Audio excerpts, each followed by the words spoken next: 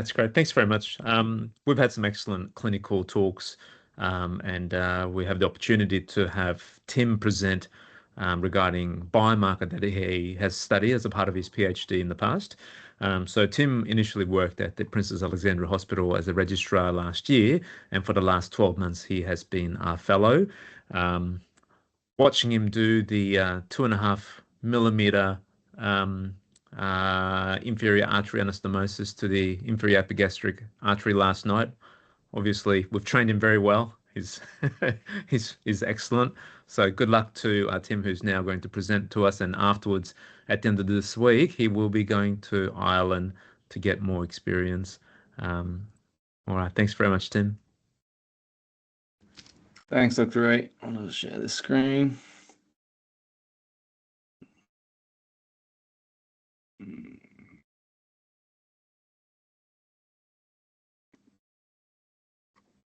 How we going? We got the screen there, guys?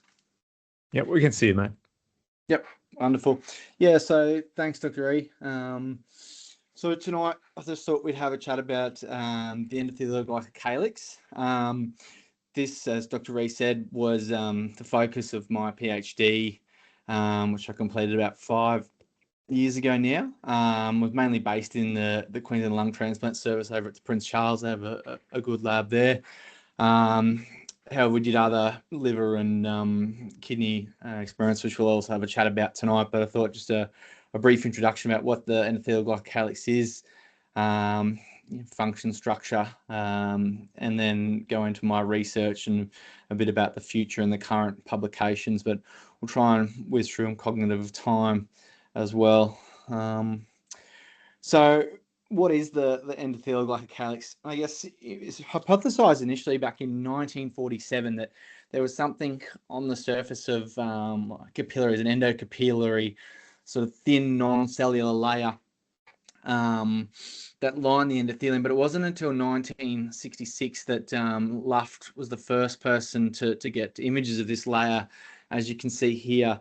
And it basically required the advent of electron microscopy with heavy metal stains to capture the glycocalyx. And then over the subsequent decades, the sort of components of the glycocalyx have been elucidated through experiments. And it's been demonstrated that this is sort of this extracellular sugary coating that lines all the luminal surfaces of blood vessels within the body. And it's produced, as you can see here, by the underlying endothelium, secreted sort of en masse, and it's made up of these glycoproteins and proteoglycans that have these anchored glycosaminoglycan side chains. The most common of those being this syndican 1 and the side chain being heparan sulfate. And the heparan sulfate makes up sort of 50 to 90% of all the glycosaminoglycans within the glycocalyx. And then there's other ones such as glypican, which has chondroitin sulfate, and hyaluronan bound via CD44, and these long high molecular weight chains of hyaluronan. And these sort of glycosaminoglycans are the key to this layer within the body. The other part of the layer to sort of mention here is a better view of it is this essentially endothelial surface layer, which is this slow-moving plasma that sits adjacent to the glycocalyx. And this is driven by essentially albumin, and albumin is quite positively charged and the heparan sulfate negatively charged. So these interactions occur whereby there's this slow-moving layer and the albumin binding to the actual heparan sulfate. And so you can appreciate that given the location of this structure within the body, it obviously has some pretty key roles which have been sort of exposed over the last sort of 40 years. The main ones being this vascular barrier function. And you can see here, this is the endothelial cells and the glycocalyx here binding with the plasma proteins, mainly albumin. And you have this subendothelial layer. And it's this actual subendothelial layer that's responsible for Starling's the oncotic balance in the Starling equation.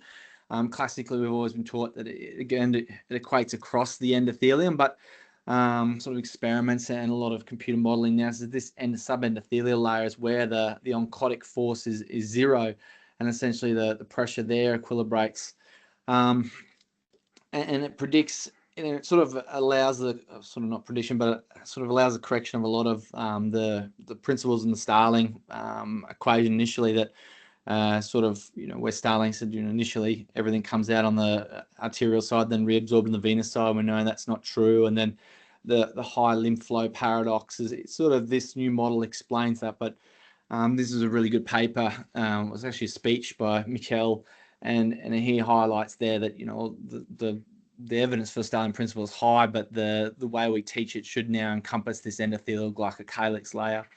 Other functions, mechanotransduction. So essentially, as the albumin has to have an oncotic force to it, the fluid brushes across the endothelial surface. This drags on our proteins, triggering mainly enos, so endothelial nitric oxide synthase, release of nitric oxide, and vasodilation, and then attenuation of shear stress. So as demonstrated here, as you stretch these glycoproteins, it triggers intracellular changes with actin, cytoskeleton proteins.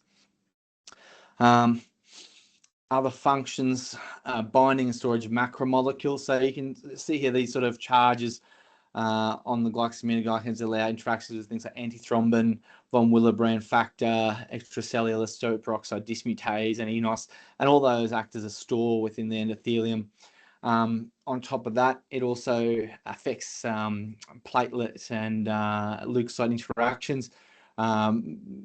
Couple of ways, again, first off, by basically preventing ICAM and sort of those adhesion molecule interactions just due to the size of the molecule, as well as sort of acting as a binding for like fibroblast growth factor and those sort of things. In the last sort of 10, 15 years, the number of studies looking specifically at kidney and diabetic kidney disease, where protein losing nephropathies are a big part of it, and the key role this sort of endothelial glycocalyx plays in the glomerular filtration has also been elucidated. I guess, how do we study the glycocalyx? And this is sort of harks back to why it's been so long and why it's still not really mainstream, is the difficulty in studying it. The traditional methods we have, immunohistochemistry and your paraffin processing, and that they wipe the glycocalyx clear and you can't capture it. So really, if you're looking at direct imaging, it's transmission or scanning electron microscopy. And that can be a challenge in itself, because it involves either freezing the tissue or heavy metal stains. Then you have sort of like the in vivo options, such as intravital microscopy. This is a mouse lung, and they use basically two different dye molecules, one that's permeable to the glycocalyx and one that's excluded, to measure the endothelial glycocalyx and calculate that. It's a very finicky technique. It needs very small animal models. And so, yeah, it has definite drawbacks in being able to study it. The other techniques are something like side stream microscopy here. And again, this sort of allows an indirect estimate as well as atomic force microscopy. The indirect measures, obviously, glycocalyx constituents such as syndicam-1 and heparan sulfate, those experimentally can be measured with and correlated with the essentially loss of the glycocalyx and rise in these biomarkers.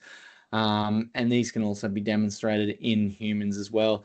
The glycocalyx signature, measured by liquid chromatography mass spectrometry, also gives you a picture of what heparan sulfate molecules are actually being shed and the different patterns that occur. So there's glycocalyx dysfunction, there's heaps of studies now out there that show pretty much every sort of pathological pathway can cause injury to the glycocalyx. And then some of those are obviously experimental. And then as we go into humans, we're a bit limited, obviously, in what we can use. So most of this is based off biomarker research with sort of translational studies into mice. But the main mechanisms that underlie these components are usually the activation of shedases, which are within the endothelial cells themselves or within white cells. And then these are things like heparinase, hyaluronidase that cleave these cleave the glycosaminoglycans, or in terms of ischemic reperfusion injury, the actual reactive oxygen species themselves can shed these and cause them to fragment. The glycoproteins, these are mainly shed by matrix metalloproteases, again, either by the endothelium cells themselves or via white cells. And finally, let's talk quickly about the consequences of glycocalyx dysfunction. And again, as you know, you can appreciate, given the mechanism, you know, given the role it plays, there's lots of issues with loss of it. So mechanotransduction is a big one. In the pulmonary vasculature, you get this pulmonary hypertension, failure of regulation of pressure. You get leakage into the fluid, interstitium, and pulmonary, that's obviously into the alveoli as well. You get increased adherence of neutrophils and platelets and upregulation inflammatory processes that obviously, one, by the damage to the endothelium themselves, and two, the actual shed glycocalyx itself. So low molecular weight hyaluronan acts as a damage-associated molecular pattern, which can also trigger inflammatory cells in its own right. In human studies, these glycocalyx biomarkers, endothelial glycocalyx biomarkers, have been linked with morbidity and mortality in the ICU patients, and also individual patterns of heparan sulfate and glycosaminoglycans have been detected with different sorts of insults. So those with direct lung injury, such as pneumonias, ARDS, and those with indirect, such as sepsis, can have a different glycosaminoglycan signature pattern of injury. So how does this all fit in, I guess, with transplant? And I guess, you know, the key factors here is that, you know, within the transplantation process, there are multiple injuries that happen along the way until an organ ends up inside the recipient. And they can be within the donor themselves, as we know, and the risk factors the donors have in the ICU, the inescapable hypothermic phase, you know, obviously now being somewhat mitigated by ex vivo perfusion, which we'll have a talk about. Finally, on implantation itself, with both the early phase and the innate immune system, as well as the late phase with the white cells, and ultimately resulting in this, you know, post-transplant graft dysfunction, whether it be, you know, delayed graft function, early allograft dysfunction, or primary graft dysfunction in the lungs. And sort of our hypothesis at the start of this was that, you know, within the transplantation process, we have endothelial injury and endothelial glycocalyx dysfunction, which affects transplant outcomes, and that this may be something we could target for treatment. When we started this research, going nearly back on 9-10 years ago, there was very limited work. I think there was one paper in renal transplant that had showed some shedding and nothing in lungs. So it was sort of a new field at that time. As such, we sort of embarked on a research project then. And the start of that was essentially to establish that there was shedding going on in our organ donors. And as we're aware, there's a plethora of biomarkers for organ utilization and transplant dysfunction out there. And so we looked at these endothelial glycocalyx ones using ELISA in the peripheral blood of donors and recipients, and we're correlating those with liver, kidney, and lung outcomes to see if there was a relationship there. So I'll just quickly run through those. Basically, we stored samples from 2019 and 2014. There was a over collection of some samples that were then going to be discarded. Those patients that had consented for research, we had access to those within Queensland. And obviously there was different numbers of organs depending on lung, liver, and kidneys. But there was 111 organ donors in the liver over that period. We had outcome data for 15 with early allograft dysfunction. And, you know, looking at, you can see here, there's no association with the early allograft dysfunction in livers. And we'll go on to talk about rationale for why this is sort of the end. In the kidneys, there was 321 donated kidneys from a total of 192 donors. And looking at univariate analysis there, comparing, DGF4 to DGF grades 1 to 3, in the univariate analysis. All the common factors were there. BMI, DCD, hypertension, terminal creatinine were all associated. And then looking at recipient factors, obviously time on box, type of dialysis were also significant. Looking at our biomarkers, you can see down the bottom here that levels were significantly higher in our DGF4, both for syndicam-1 and hyaluronan. And so in multivariate analysis, in the model, there was collinearity between the syndicam-1 and hyaluronan, so you can only really use one. And we found that hyaluronan was a better predictor here of DGF with an odds ratio of 1.23 in our multivariate model. So just to complete all the organs, we went and looked at lung, which is mainly my area of interest. And we looked at both recipient outcomes here and organ utilization. So there was 135 donors and potential donors over that period, of which we had about 35 recipient data for. We looked at the correlation here with glycocalyx breakdown products and injuries also to our donors, and found basically syndicam-1 hyaluronan was associated with traumatic death, unstable blood pressure, smoking, lung disease, all stuff you'd think of would cause endothelial injury. And then looked at donor utilization, and on univariate analysis there, obviously aspiration events, lung disease were big factors in the organs not being used.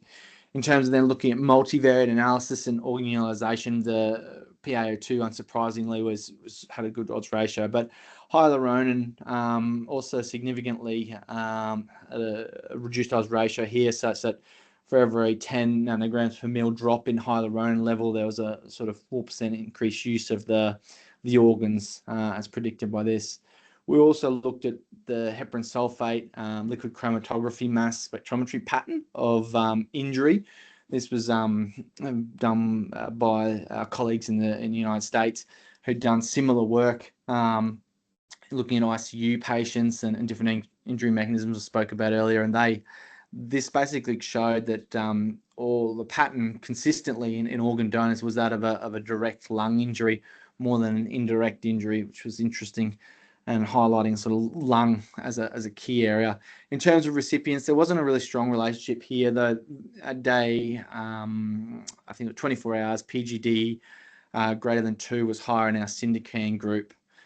So I guess, why did we think that the lung, as I go on to do my research, we did more of the lung work, why do we think it was more important? And the sort of evidence out there says that it probably is more important than the lung for a few reasons. It's got a bigger endothelial glycocalyx, it's much thicker. There's more adhesion molecules in the lung endothelium, so that loss of the glycocalyx has more of a inflammatory cascade. There's instantaneous sort of correlation. You lose that. You get the increased pulmonary vascular permeability, the pulmonary hypertension, and the loss of oxygenation. So it's something that's quite rapid, whereas obviously with kidneys and livers, it's primarily not the same in that regard. And then basically subsequent to that, papers come out by Schmidt in 2014 that in the mouse model showing that sort of loss of EG could trigger an ARDS-like picture. So then we went on to look at the glycocalyx breakdown products in recipients. So over 2 years, I collected pretty much every transplant at Prince Charles. So 50 patients having bloods on pre and then day 1 to 4, and looking at the severe PGD, so greater than 2 on the grading scale. And essentially, we found this positive correlation with syndicam and hyaluronan and intubation time and ICU length. And as well as syndicam on day 3 in terms of PGD severity. But you had this sort of nice sort of increase initially with syndicam-1, then sort of a normalization, whereas hyaluronan continued over the subsequent days. So I guess what were our conclusions we drew from this? And I guess that was mainly that the EG biomarkers were related to organ utilization. To some degree, more so in the kidney and lung, as we thought, looking further at what the different biomarkers meant. In hyaluronan, we did some gel electrophoresis and basically showed that it's the low molecular weight hyaluronan that is the pro-inflammatory. That's the majority of the hyaluronan that's available, that's being detected. And in terms of ELISAs, we basically, the heparin sulfate wasn't a good test, and other units have gone on to show that and use different modalities, mainly DMMB, which is a sort of uses the sulfation on the heparin sulfate to detect levels, but it can be very hard in patients that are heparinized, and we couldn't really look at that. As well as CD444, which was the main glycoprotein that anchors hyaluronan. So basically, we're suspicious that this hyaluronan is obviously being shed by some other mechanism rather than the receptor being shed, so being fragmented. We confirmed with the mass spectrometry that the injury that was happening in donors was mainly, like we thought, was mainly related to the lung endothelial glycocalyx being shed, and that was the pattern we were seeing. But overall, it's a bit hard to interpret. When you're looking at a donor, obviously, what organ's been injured? Is it the lung? Is it something else? And so you can't exclude, obviously, which is the main organ that's injured. Also, it's hard to determine, because there's multiple injuries going on, the glycocalyx metabolism, how it's being recycled, how it's being reproduced. They talk about 7 days to be resynthesized. But again, that's in a perfect world and perfect patient, so you just don't know which is happening there. And then obviously the lack of specificity, which we're just mentioning, which organ it's actually coming from. And I guess to get around the lack of specificity, we moved on to utilizing another technique, as we all know, ex vivo organ perfusion. It's got a proven role in lung transplant, and it's ideal for studying organs in isolation. And so we wanted to establish an EVLP model, and eventually look at the biomarkers within the isolated lungs, and then try and correlate this with an animal model, and correlate this with visual shedding using a side stream dark field microscopy, which is one of the techniques available for looking at the glycocalyx in situ. I won't sort of run through all this. This was all very the mechanisms for my sort of PhD, but only just to highlight very small numbers.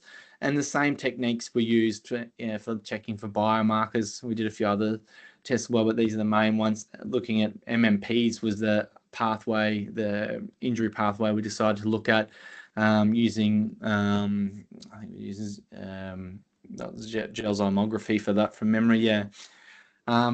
So what were our sort of findings in the human EVLP? Glycocalyx products accumulate, which we were suspicious of, and that there was a strong association with MMP2, which has also been publicised as one of the main contributors to CDKM1 shedding. In the porcine, in our sort of translational model, we also were able to show that hyaluronan accumulate was associated with the similar MMP activity, more MMP2 rather than 9 in this case, though.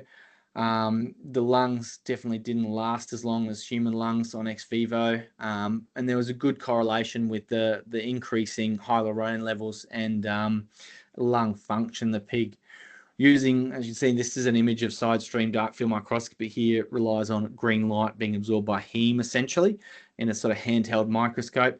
These are pleural vessels, essentially, and we were aiming to measure glycocalyx in these. However, the problem is it's obviously supplied off the bronchial vessels, and so when you perfuse lungs on ex vivo LP, you actually lose these vessels and you can't see them. So it's not a great technique, unfortunately, as we discovered. I guess the take home here, human versus porcine, it was similar processes occurring. The glycocalyx components we could measure were limited, and that's one of the issues with using pigs rather than something like mouse models, where there's a lot more antibodies available. But they were similar enough to continue doing research, I guess, in the glycocalyx was our sort of take home from that. Sort of already spoken about this briefly. I just might skip on in terms of time. So I guess after setting up this model, we're keen to actually trial an intervention aimed at protecting the glycocalyx further. And we, from the research, we decided that hyaluronan, obviously in our studies, was showing a trend towards being important in lung function and also organ utilization. So we went through having a look at some of the research that's behind why it would be, hyaluronan would be one of our targets. And there is some good experimental studies out there, demonstrating the use of high molecular weight hyaluronan. And these were mainly in mice, and looking at the loss of endothelial function with degradation of hyaluronan. In other mouse models, they used high weight molecular hyaluronan given intraperitoneally to mitigate LPS-induced vascular hyperpermeability. And then they also used in the IRI, this was cell culture mediums and protecting those with high molecular hyaluronan. So I guess all in all, we sort of hypothesized that by replacing the high molecular weight hyaluronan, we'd be able to mitigate some of this endothelial injury and improve function on the ex vivo lung perfusion. So the main way we did this, obviously hyaluronan is very viscous, and so we had to use rheology and max and match that with blood, so we didn't make too thick of a concoction. And then again, we really wanted to study the glycocalyx, and as we've been over, it's very hard. There's several different techniques you use, but none of them are really good for large animal models. So we set on this technique our colleagues in the US use, which basically you strip the endothelium using acetone paper, and then you can use liquid chromatography mass spectrometry to measure GAG levels. So again, nothing really to go through, just to highlight here, sorry, lots of information, but 3 groups. In our groups, our injury control was an open left atrium. In lungs, on ex vivo perfusion, because of the ventilation, you get changes in, obviously, with your west zones in your lung, you have ventilation perfusion mismatch areas. And when you positively ventilate the lungs, you get changes in these flows, and you get areas, obviously, that have low perfusion. And then when you increase the pulmonary pressure, increase the ventilation pressure, these actual vessels collapse. And there's this theory that the collapsing of these vessels results in injury to the endothelium. And so we wanted to establish whether the closed atrium had an effect essentially on the glycocalyx, and that was one of the mechanisms for protecting the protective nature of closed atriums in terms of lung EVLP. And our other group had the high molecular weight hyaluronan. We again looked at lung edema. We looked at perfusion and ventilation and lung edema scores. Obviously, small numbers. There's a bit of a trend for the lungs in the hyaluronan group. We were trying to perfuse them out to 12 hours to last a bit longer than our control and closed atrium, as the big units around the world will get to 12 hours with theirs. In terms of looking at clinical parameters, as you can see, that there's an improvement in this modified lung semi-quantitative score, which is a ex vivo lung perfusion scoring system designed to see how wet and soggy the lungs are. And the hyaluronan definitely showed a trend for improvement, but obviously small numbers. And again, this was mirrored in the PaO2 at completion, and the dynamic compliance was all slightly improved in the hyaluronan group compared to your control of that trend. But again, nothing significant with any of those, except for the PVR. This one, obviously, the closed atrium had the best result, and that's in keeping with published work that shows that this closed atrial model is a better model for protecting the vasculature than the open atrium model. In terms of measuring the GAG content, so using that stripping of the endothelium, we were definitely able to demonstrate that the hyaluronan was high molecular hyaluronan was binding to the endothelium here, with a significant increase pre and post. Equally, there was a trend over between the groups, the control and the closed atrium, that the closed atrium was protective of the glycocalyx, so your levels would increase over time on the EVLP, whereas in the open atrium there was a trend for it to decrease, but limited by small numbers there. We'll skip over that one. This is just a video of the lungs on EVLP. This is with the closed atrial model, so there's a cuff shown onto the left atria here. And that's generating sort of 3 to 5 millimeters of mercury pressure, and this is an acellular Steen solution being perfused through. Oops, I've broken that. Oops. Oh no, I've broken it, guys. Sorry, it says an error. Let me reload that.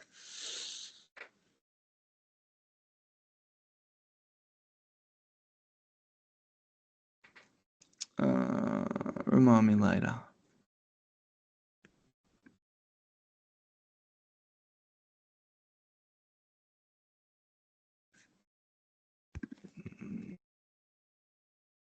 Skip on a bit here.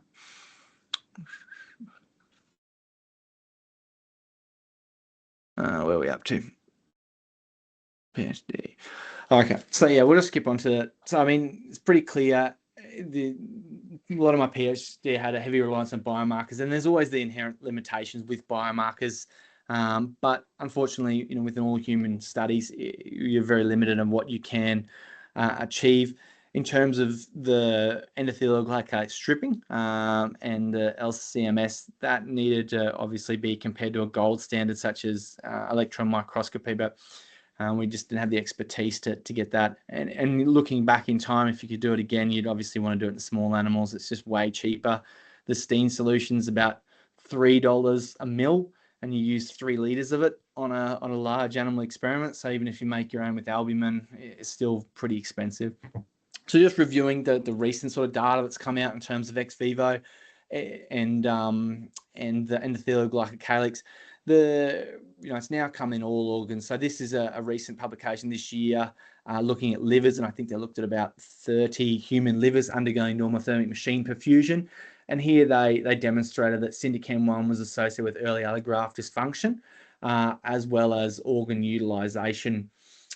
This paper by the team in the Netherlands, this was mainly validating they were doing hypothermic machine perfusion followed by normothermic, and then looking at different hematocrits and pressures of perfusions, but also demonstrated glycocalyx shedding, and they linked that with using a type of immunohistochemistry technique to demonstrate that was being shed. And probably this is one of the best papers. This is a few years old now that came out. It was looking mainly in lungs and demonstrated the importance of heparin in preservation of the endothelial glycocalyx and heparinoids, which sort of protect against heparinase activity. And similar to what we found, also demonstrated MMP9 and MMP2 activity being key for shedding of the glycocalyx there. So I guess to wrap up quickly, what were the conclusions? Well, we thought that glycose biomarkers in organ donors, they were linked to organ utilization and essentially associated with injury mechanisms. And I think this provides a new novel group of biomarkers that we can use for organ selection, especially in lung, where it's more important rather than our kidneys and livers. In terms of biomarkers in lungs and primary graft dysfunction, it does mainly highlight a new potential pathway for post-transplant graft dysfunction, and that's across all organs as the literature's come out. And I think, just joins the whole list and cascade of things all the way from, complement to intracellular, signaling for cell death, the whole cascade of things that add up to post-transplant dysfunction. And this is just another piece of that puzzle. I think glycocalyx shedding definitely occurs with ex vivo perfusion. We know now whether that's kidney, liver, lung, and I think in the organs, as the literature is showing, on ex vivo perfusion, it will be a really good biomarker. It's sensitive for that organ. It's sensitive for the endothelium. And I think that's important going forward. And I think that also then provides us rationale with targeting the glycocalyx with a hyaluronan-based product. And I think going into the future, I think that's a big one. The potential therapeutic avenues on ex vivo organ perfusion are very large, and I think at the moment we just use a sort of shotgun approach that everything gets the same treatment, when we know that in donors, every donor has a different injury process. And I think having different sets of biomarkers to tell us what injuries these are and then how best to address them on ex vivo will be the future. I think it'll be part of a panel-based test, though. I think, as we know, there's multiple cascade pathways within these organ injuries, looking at panel-based inflammatory cytokine, cell injury, etc. to better delineate what actually injuries occurred. So yeah, I appreciate the time, guys, and that's everything. Any questions? Well done, Tim. A lot of information. I think I got about 30% of it, if that. but great talk. Now, were there any burning questions on the floor? Henry? I've always got a question, and congratulations, Tim. I mean, that's an amazing piece of work. You know, when I see some people's higher degrees and they've got no data and no publication, so you know, many congratulations. It is baffling, and I have to confess, I've never heard of the endothelial glycocalyx. So there you go. You've taught me something new, but I just wondered where do the adhesion molecules, you know, that are involved in, you know, T cell adherence and then migration through the endothelium, you know, to start the process of cell mediated rejection of an organ. Where does the glycocalyx sit? Is it actually hiding the adhesion molecules? So it's making it even worse when you wash it off, or is it all part of the same thing? I just was kind of really unclear because I did a higher degree, an MD, like about a quarter of a century ago, maybe 30 years ago, and yeah, we're just learning about adhesion then and cellular adhesion and the endothelium, and this is a whole new different term. And I just wonder whether we're reinventing the wheel and really it's just a different name for the same thing. No, I think you know, like you said, everything always. I should be how to say it. Yeah, we always feel like you're reinventing the wheel because probably someone has found something like this, like Starling's forces, like they were there and they're unchanged, but now it's not so much it's across the endothelium, it's actually across the glycocalyx. And similarly with your adhesion molecules, there probably was something similar, like why didn't they bind? No one really knew, and probably this adds some degree to it. No one's 100% sure on these interactions. The postulated way is some part of it is a physical barrier. So ICAM's a very small molecule. So I forget the actual height of it, but it's not very big at all. I think the glycocalyx is like 1.7 micrometers. So it stands out above that to really you know, limit the activity or limit the availability of white cells to interact with it. And you know, back it probably was just thought of as healthy endothelium preventing white cells adherence. So that's one of the mechanisms. There is definitely a role for that local endothelial environment and you know, the glycocalyx binding and keeping that homeostasis of, you know, binding antithrombin and also binding you know, to stop clots forming and then binding thrombin when needed and acting like it definitely has been shown to bind fibroblast growth factor, and that can help trigger, you know, macrophage and fibroblast migration into the tissue. So there's probably a two-sided role to it, you know, both physical and you know, chemical, you know, role to the glycocalyx there. And I think it's probably just adding more sensitivity, I guess, or and specificity to what we'd already known, like as I was saying, just another pathway that contributes to it. If that makes sense. I don't think it's anything new per se. We're not saying that it's you know, new adhesion molecule, but it's somehow having a new interaction with existing adhesion molecules. No, thanks, Tim. And I suppose, I don't know if there's any vascular surgeons on call, but I wondered how does this glycocalyx work, you know, when you develop atherosclerosis? You know, what goes wrong, and is it actually the fundamental problem? And are you going to win a Nobel Prize for discovering a cure or prevention of that disease process? Yeah, do people have any idea? I mean, or is that not the direction that research has gone with this particular? It's so niche, this, Tim. I'm baffled. You can give a talk on it, but it's exciting, but yeah, it's baffling. I'll be honest. I often wondered when I was starting to do it, I was like, you know, how's no one looked at this on a stent? Like, how does a stent affect this? Like, why does it just like plonk on top of it and then does stent grow over it? And yeah, I guess not a lot has been looked at. There's definitely more and more coming out in the vascular homeostasis field. And I'll admit I haven't really focused on that or read up or kept up to date with it as probably I should have. But yeah, the short answer is I don't know how the role it plays in atherosclerotic disease, but definitely in diabetic conditions, it's been shown to the glycocalyx is injured and shed, and there's a smaller glycocalyx in correlated with HbA1c and your diabetes, and that's definitely within kidneys. They've shown that you lose this, especially glomerular filtration, and that's why one of the earliest signs of that proteinuria is this sort of dysfunctions, and then the protein comes through. In terms of exactly how the atherosclerosis develops, I can't answer that question. Yeah, Prof. No, thanks, Tim. But congratulations again, though. It's a great piece of work. Thank you. I think Santosh has a question next. Yeah, thank you, Hand. Tim, nice presentation. I did not understand a lot of it, but from what I sort of heard, a couple of things stood out for me.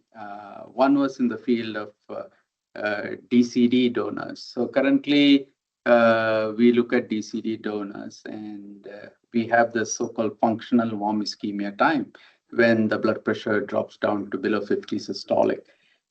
And then from the kidney side, we wait about half an hour, and then we say, no, we are not interested in that particular organ.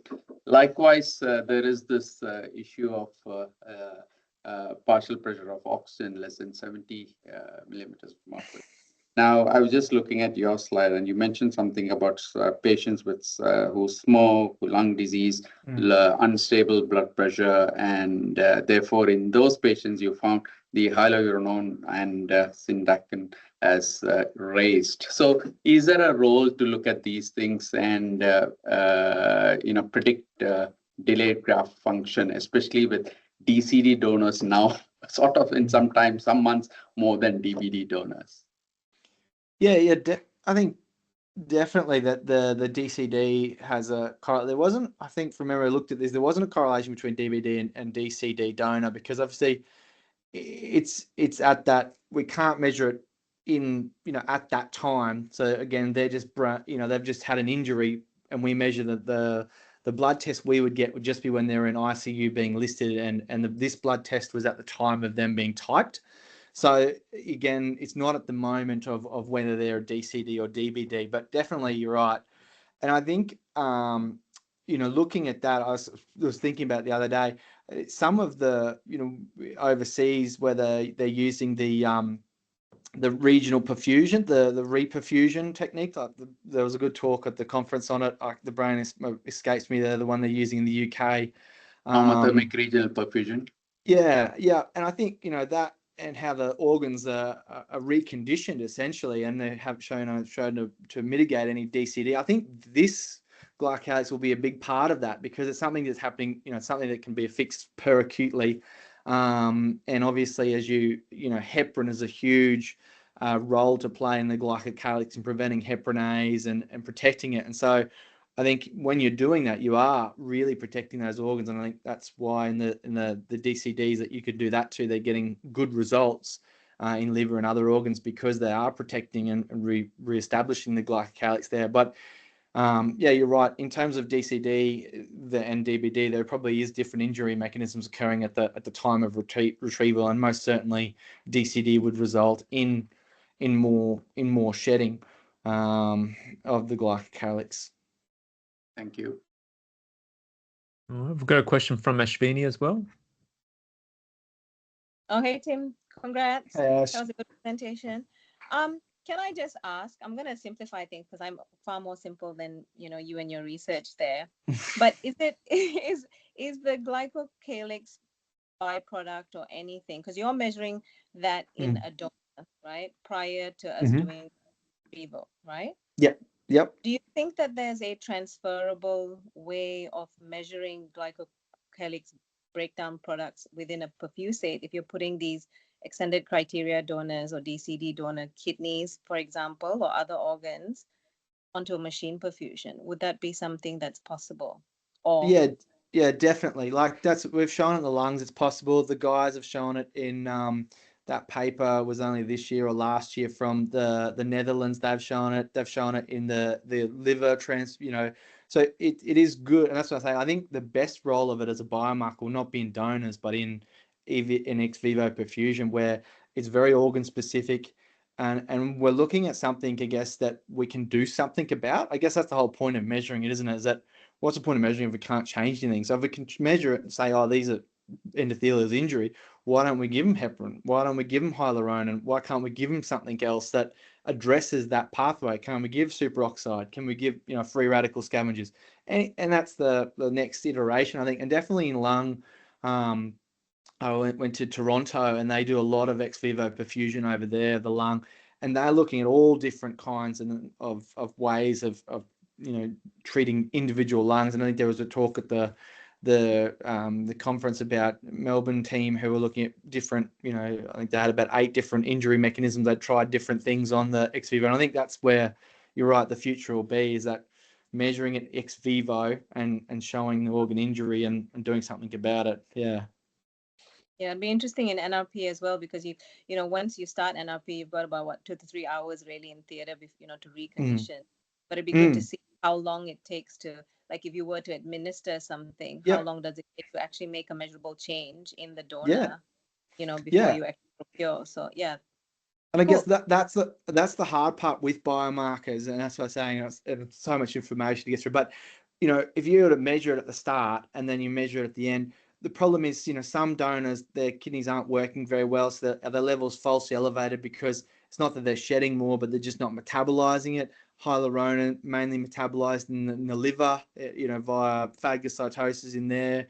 Heparin sulfate, fair bit excreted renally and metabolized. So there's so many different factors that'll add into the level that, you know, you've got to have big numbers to actually show, you know, a change, because, you know, to sort of equal out all these other variables that are going to play a part in the level. But yeah, I think, you know, NRP would be one area where I think this is probably what's actually happening to make organs better, because it's so acute.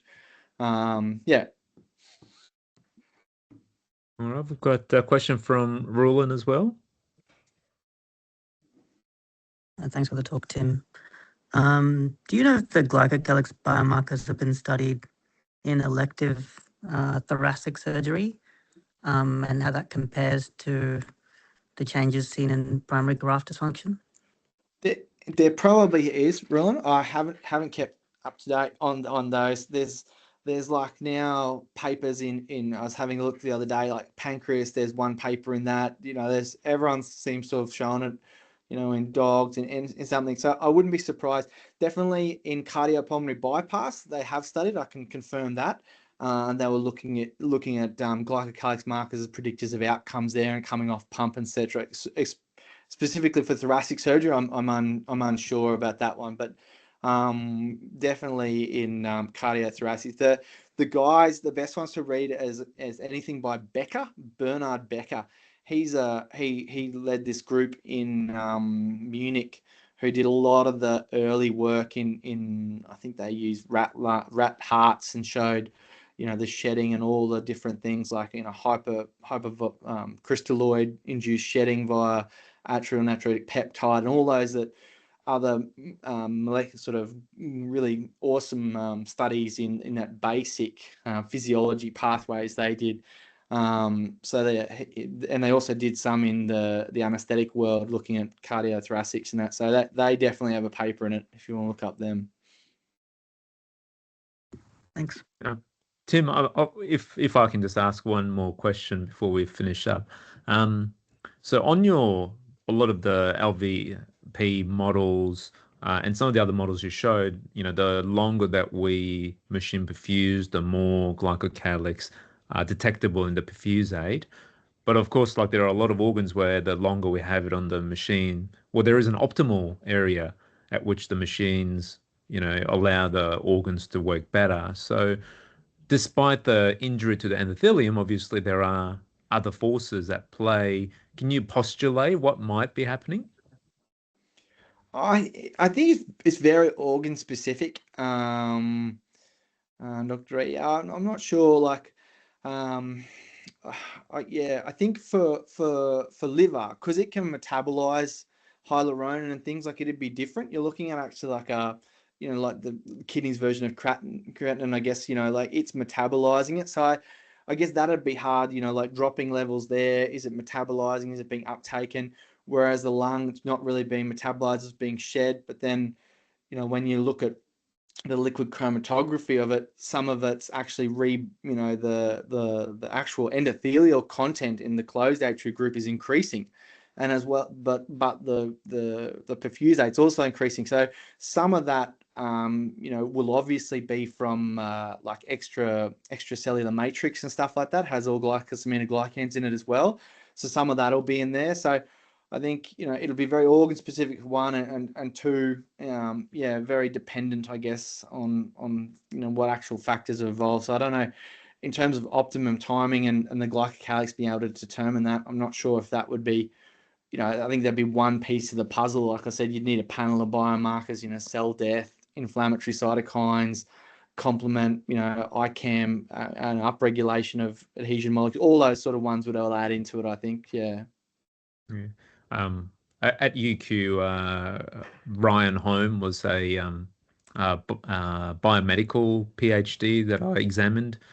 He looked at the frailty in kidney transplant patients and did series of glycocalyx measurements in the blood, and there was some very slight detectable level of positive correlation between rejections and worse outcomes with glycocalyx. So sounds like it's an architectural biomarker that can kind of provide clinical correlation with lots of different aspects. So it seems like a very broad biomarker that can be useful. Yeah, and that's why I think ex vivo it's great, because it's more specific. But the issue you have with the glycocalyx is that translational, it's very hard. You can't grow cells. You got to grow them under shear stress. So you got to grow them, populate it, and then put them in a shear stress tank with oncotic with albumin to basically make them grow a glycocalyx. So it's a very tricky, finicky thing to examine. And then in the people, like you can't do intravital, you can't do EM, you can't do a whole facet of things.